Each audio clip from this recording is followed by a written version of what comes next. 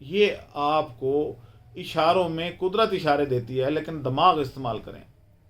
انسان اور جانوروں بھیڑ بکریوں میں فرق یہی ہوتا ہے کہ انسان تخلیق کر سکتا ہے، بھیڑ بکریاں تخلیق نہیں کرتی۔ فیصلہ آپ خود کریں کہ آپ کتنا تخلیق کرتے ہیں، اگر نہیں کرتے تو پھر آپ کہاں سٹینڈ کرتے ہیں۔ اب اگلی بات آ گئی کہ یہ چکندر کا جو ہے اس کا کیونکہ فلیور نہیں ہوتا، یہ فلیور لیس ہوتا ہے۔ کنو کا تو فلیور ہوتا ہے نا، ایک کنو فلیور۔ اسی طریقے سے ایپل کی شوگر بھی نکالی جاتی ہے، لیکن اس کا بھی کچھ فلیور آتا ہے۔ اسی طریقے سے مینگو کا فلیور آتا ہے، لیکن چکندر کا بالکل گنے کی طرح فلیور آتا ہے۔ اب ہم باقی چیزوں پہ بھی کام کریں گے، جیسے خوبانی کی چینی، خوبانی سیرپ، ڈیٹ سیرپ بازار میں آتے بھی ہیں، تو ان کو بنانے کا طریقہ بھی سکھائیں گے، کیونکہ ہمارے ہاں کھجور بھی ضائع ہو جاتی ہے۔ جب سیزن آتا ہے تو زمین پہ کھجور ہی کھجور ہوتی ہے۔ خیر پور سندھ میں آپ جائیں، سکھر میں جائیں، ادھر بہت بڑے بڑے باغات ہیں، اور سیزن میں کھجور ضائع ہو جاتی ہے۔ اب اس میں سے چینی کیسے بنائی جائے وہ آپ کو سکھانا ہے، تاکہ آپ لوگ ان چھوٹے چھوٹے کاموں سے اپنے گھر کی روٹی روزی کا بندوبست کر سکیں۔ اور سب سے بڑھ کر یہ کہ آپ کی ہیلتھ بہت اچھی ہوگی، کیونکہ اس میں ہم کوئی کیمیکل نہیں ڈالیں گے، نہ کوئی رنگ کاٹ ڈالیں گے، نہ کوئی کیمیکل ڈالیں گے، کچھ نہیں، ٹوٹلی آرگینک ہوگی۔ ہمارے ہاں تو گڑ میں بھی رنگ ڈال دیتے ہیں اس کو وائٹ کرنے، کیونکہ ہم شوباز کام ہے، ہم تو اس گھر میں ملازمت نہیں کرتے جس کا مالک کالا ہو، تو گڑ کیسے کالا کھا سکتے ہیں؟ چاہے مالک جتنا ہی وہ اچھا ہو، رحم دل ہو، لیکن رنگ کالا ہو تو ہم اس کو ریجیکٹ کر دیتے ہیں۔ پورا افریقہ آپ کا انتظار کرتا ہے کہ آپ لوگ آئیں اور ایکسپلور کریں مجھے۔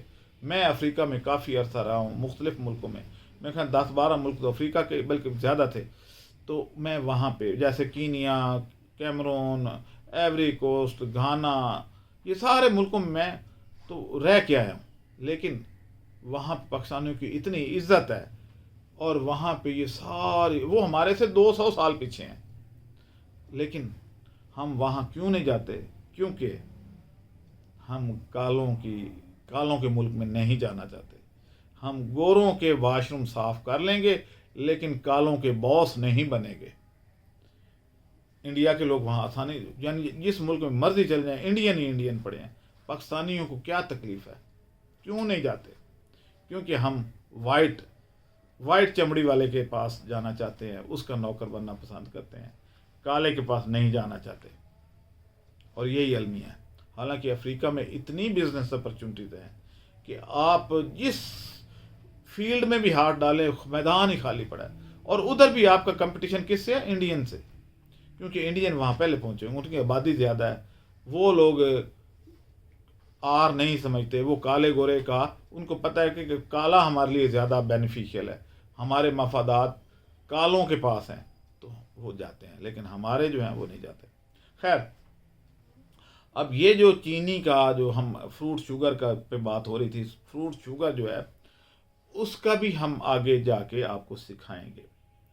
تو آپ نے یہ کام اگر کرنا ہے تو 17 تاریخ کو ہم ایک ٹریننگ کر رہے ہیں، مشینری کا آرڈر دیا ہوا ہے، تاکہ آپ کو پہلے مینول زیادہ ہوگی، چینی بنا کے آپ کو چکھا دیں گے، اس کے بعد آپ نے اس میں مزید ڈیولپمنٹ کی جا سکتی، کیونکہ میں اگر اس میں آٹومیشن پہ چلا جاؤں گا، ہو تو سکتی آرام سے ورٹیکل ڈیزائن بنا کے آپ کو دے دوں گا، تو کیا ہوگا کہ سرمایہ بڑھ جائے گا، اور ہمارے لوگ جو ہیں وہ چاہتے ہیں کہ بغیر سرمایہ کے ہو۔ ہر بندہ پہلی کال مجھے یہی کہتا ہے جی سرمایہ کوئی نہیں، کوئی ایسا بتائیں کہ کوئی مجھے ایڈ دے دے، کوئی ایسے کر دے، میں کام کر لوں گا۔ بھائی کام کرنے کے لیے تو پورا پاکستان پھر پڑا ہی ہے، ویلے پھر رہے ہیں 25 کروڑ عوام، تو 25 کروڑ عوام کو سرمایہ لگائیں گے تو پھر شادیوں پہ لگا لیتے ہیں۔ اب ایک میرے پاس خاتون آئیں کہ جی میری بیٹی کی شادی ہے تو کھانا پینا کرنا ہے، تو یہ کرنا ہے، وہ کرنا ہے، کچھ جہیز بھی دینا ہے، میں چاہتی ہوں کہ 1-2-4 بندے ہی اس کو جہیز میں ڈال دو، مجھے کوئی 2-3 لاکھ روپے آپ دے دیں، باقی میں چودھری صاحب سے لے لوں گی، اور یہ یعنی ان چیزوں پہ خرچ کرنا ہے جو ان کا کوئی، یعنی سونا بندے پہن کے تو کیا ملے گا؟ کچھ بھی نہیں۔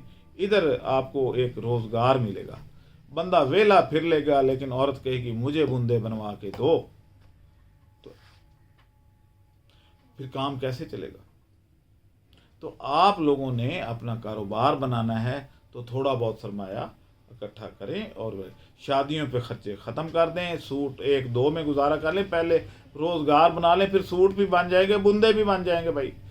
پھر یہ کہتے ہیں نا کہ انگوٹھی چھاپ ہوتی تھی، لمبی انگوٹھی کو کہتے تھے، تو چھاپ پھر لے لیجیے گا، وہ جو ہاتھ میں پہلے پہنتے تھے، اب تو خیر عورتوں کو نصیب نہیں ہو رہا، لیکن پہلے ہماری مائیں پورا بازو سونے کا ہوتا تھا، ادھر بھی مالائیں لٹک رہی ہوتی تھیں، کانوں میں بندے، یہ وہ آہستہ آہستہ ختم ہوتے گئے، کیونکہ اب سونا 4 لاکھ 4.5 لاکھ کے قریب پہنچا ہوا ہے تولہ۔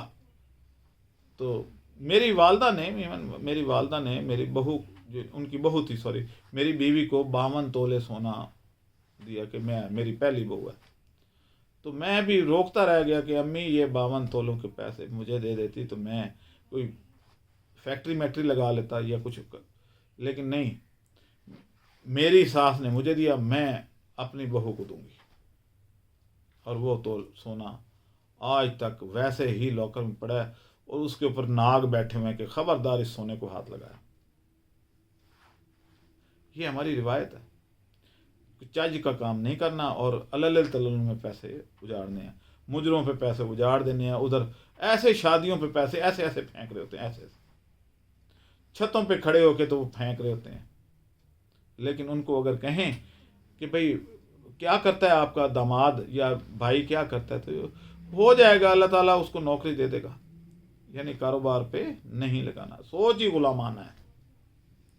خیر اب میں کیا کہوں، یہ تو میرے کہنے سے تھوڑی ختم ہوگی، لیکن شاید کوئی، میں اپنا رول تو پلے کروں نا، باقی مرضی ہے سب کی، لیکن میں کوشش کروں گا کہ میں اپنے بیٹوں کی شادی پہ اس طرح کے الل تلل کام نہ کروں، اور میں ان کو چج کا کاروبار بنا کے دوں، کیونکہ تعلیم سے بھی اب کچھ نہیں ہو رہا، ڈگریاں صرف کاغذ کا ٹکڑا ہے۔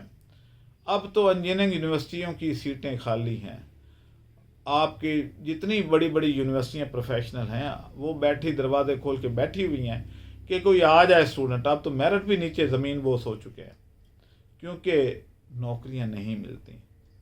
اور نوکریاں کیوں نہیں ملتی؟ کیونکہ سکل نہیں ہے، تخلیق نہیں ہے، دماغ سن ہوئے ہیں سب نوجوانوں کے، رات تک ٹک ٹاک دیکھنا ہے، فلمیں دیکھنی ہے، تو تخلیق کہاں سے ہونی ہے؟ جو دیکھو گے پھر خواب بھی اسی طرح کے آئیں گے۔ تو تھوڑا سوچا کریں، اپنے دماغ کو، جو پرابلم دن کو ہو، رات کو سوتے وقت اس پہ سوچیں کہ اس کا حل کیا ہے، صرف اتنا ہی کر لیں تو آپ کے اندر خود بخود یہ حس اجاگر ہوتی جائے گی۔ جو میں پرابلم دن کے وقت دیکھتا ہوں، رات کو میں اس کا حل ڈھونڈ لیتا ہوں، اور اللہ تعالیٰ مدد بھی کر دیتا ہے۔ اجازت دیں، اللہ حافظ۔